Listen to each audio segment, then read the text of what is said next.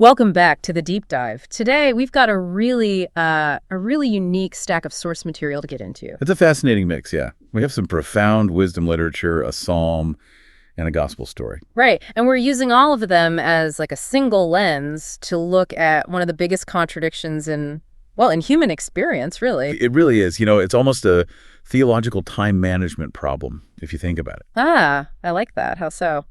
Well, our sources give us two completely different modes of action. On one hand, you have this flash of instantaneous, totally effortless divine power. And then on the other, you have the slow, grinding struggle of human persistence. So that's our mission for this deep dive. We're going to unpack that tension. When does that unstoppable force act for you, and when does it, require you to become the immovable object yourself? Exactly. We really have to get into the difference between the kind of power that operates outside of time and the kind of faith that has to endure within it. Okay, so let's unpack this. We start with a really dramatic, almost cinematic scene of intervention from the wisdom literature. The scene is set in this perfect, almost eerie calm, a peaceful stillness that settles over everything, just as the night is half spent. And that stillness is, it's the moment just before the ultimate disruption.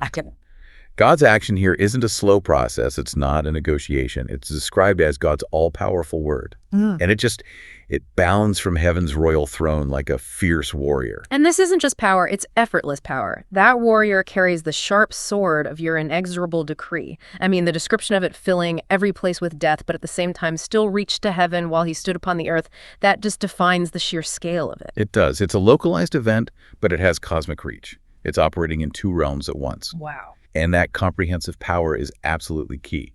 The intervention wasn't just for destruction. It was for preservation, to keep God's children unharmed.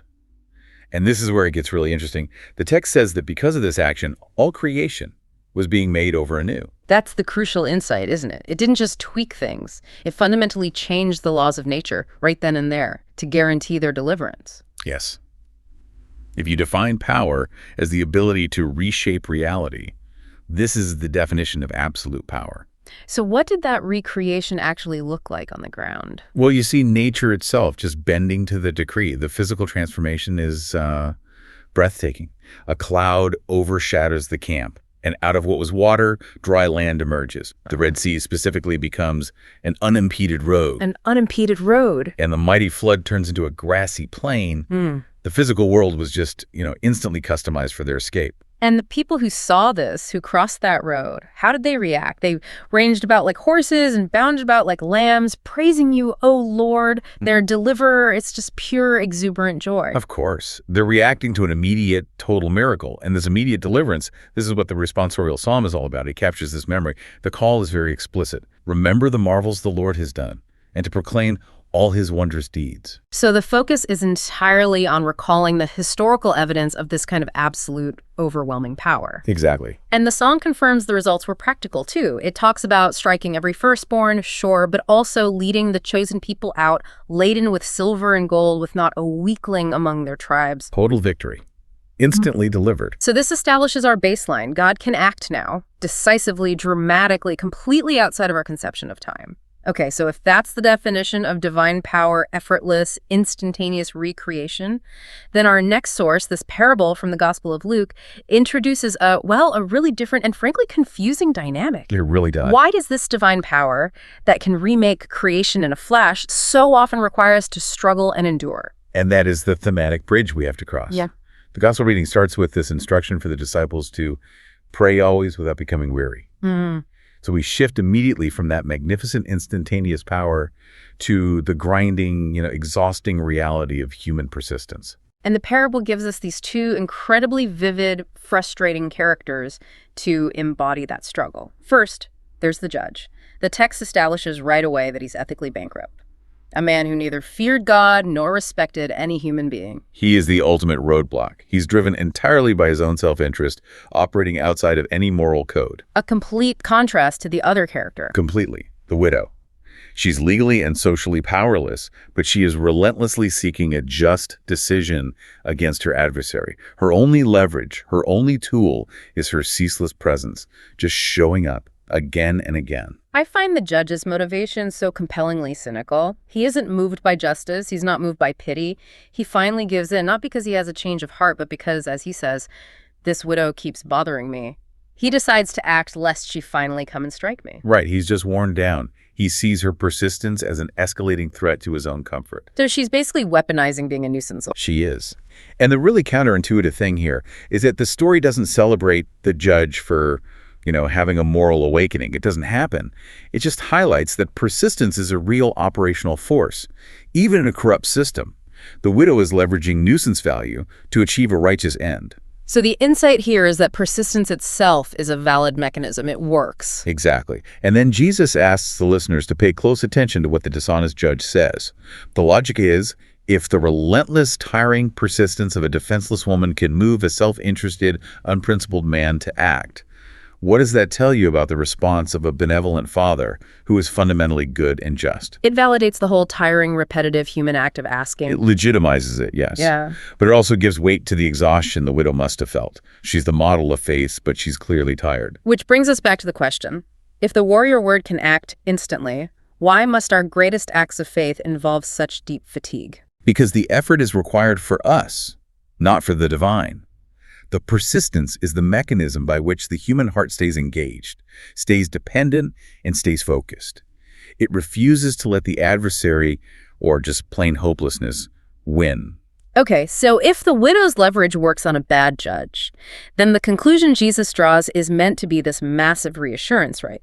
He says, will not God then secure the rights of his chosen ones who call out to him day and night? And the answer he gives is an absolute certainty. He tells them, I tell you, he will see to it that justice is done for them speedily. Speedily. That's the word he uses.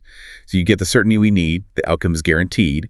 The day and night part connects it to persistence, but the delivery is promised to be speedily. And right there, that's the profound tension that makes all of this so relevant to our actual lives.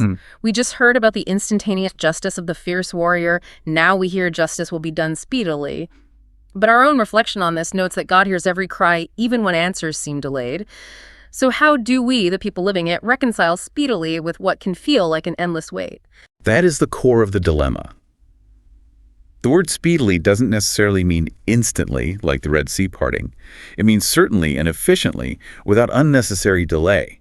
Yeah. But on God's time frame. Okay. The sources suggest that the delay we feel isn't a sign of divine neglect, but it's actually a critical part of the spiritual exercise for us. So the waiting isn't passive, it has to be active. It's the persistence that develops the faith we need to even recognize the deliverance when it finally arrives. Exactly. It might not look like a warrior bounding from heaven. The widow's action is what strengthens her own heart during the waiting. It all connects back to those two definitions of power. It does. The divine can remake creation instantly, effortlessly. But the development of human character, things like faith, persistence, trust, that process requires time and it requires sustained human effort. We're called to endure the dark, to be prepared for the light. It's about enduring fidelity. So that moment of delay, that's the ultimate test. It's when we realize we can't force the warrior word to act on our schedule. We just have to trust that the persistence we're modeling is being honored.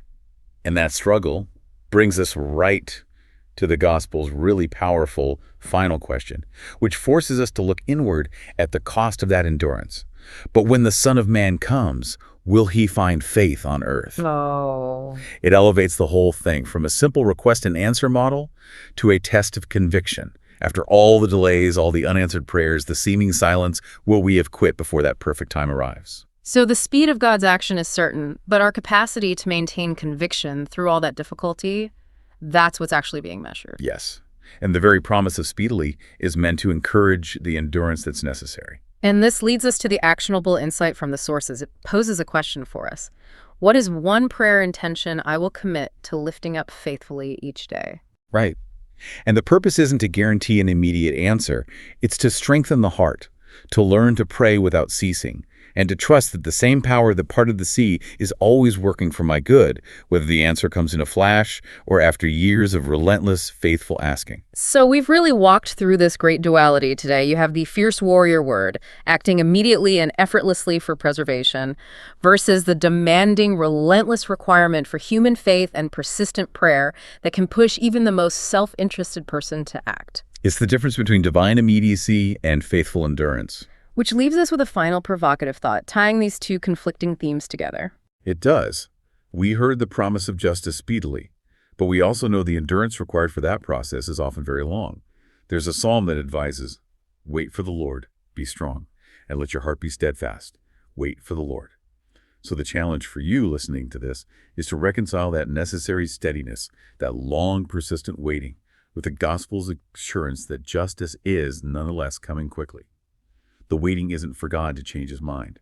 It's for your heart to be steadfast enough to receive the deliverance when it arrives.